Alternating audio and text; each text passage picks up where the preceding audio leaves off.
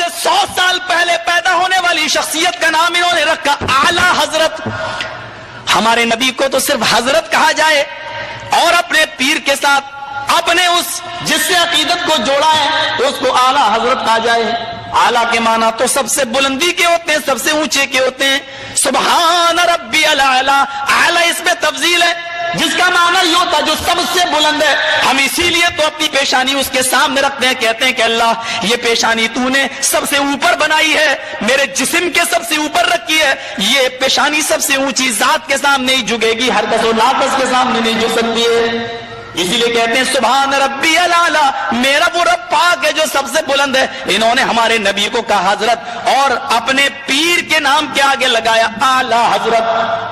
حضرت سے بھی بلند, حضرت سے بھی اونچا, جناب محمد رسول اللہ سے بھی اوپر جس کا مقام و مرتبہ ہو.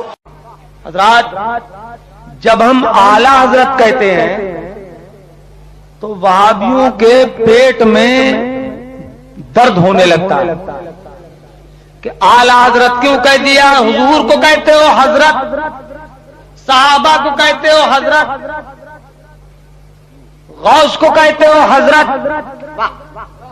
اور مولانا احمد رضا خان صاحب کو کہتے ہو اعلیٰ حضرت. تو تم نے سب سے بڑھا دیا. یہ جاہل جٹ پٹ یوں ہی دھوکہ دیتے ہیں کہ نہیں دیتے ہیں؟ بولو. ارے کبھی سنا ہے یہ اعتراض کہ نہیں سنا ہے؟ کہتے ہیں. تو حضرات ایک بات میں آپ سے پوچھتا ہوں, یہ امت افضل ہے کہ اور امتیں؟ زور سے بولو, سب کو معلوم ہے یہ امت بنی اسرائیل افضل ہے کہ یہ امت افضل ہے؟ آپ کی ذمہ داری زیادہ ہے. یہ امت مسلمہ ساری امتوں میں افضل ہے. اور قرآن پاک فرماتا ہے وَكَذَلِكَ جَعَلْنَاكُمْ أُمَّةً وَسَطًا, ہم نے تم کو بہترین امت بنا دیا. سبحان اللہ.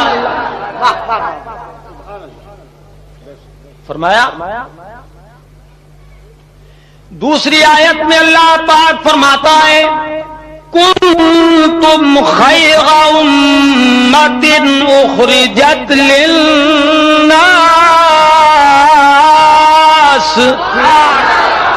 یعنی تم بہترین امت ہو, ساری امتوں میں سب سے بہتر امت ہو, تمہیں لوگوں کے لیے نکالا گیا ہے. تو یہ امت ساری امتوں میں افضل ہے. زور سے بولیے, کنجوسی نہ کیجیے. یہ امت ساری امتوں میں افضل ہے. یہ دو آیتیں بتا رہی ہیں کہ ساری امتوں میں یہ امت افضل. اور وہ آیت جو میں نے ابھی پڑھی, قرآن فرماتا ہے وَأَنِّي فَضَّلْتُكُمْ عَلَى الْعَالَمِينَ. بنی اسرائیل سے اللہ پاک نے فرمایا کہ میں نے تمہیں تمام عالموں پر فضیلت بخشی.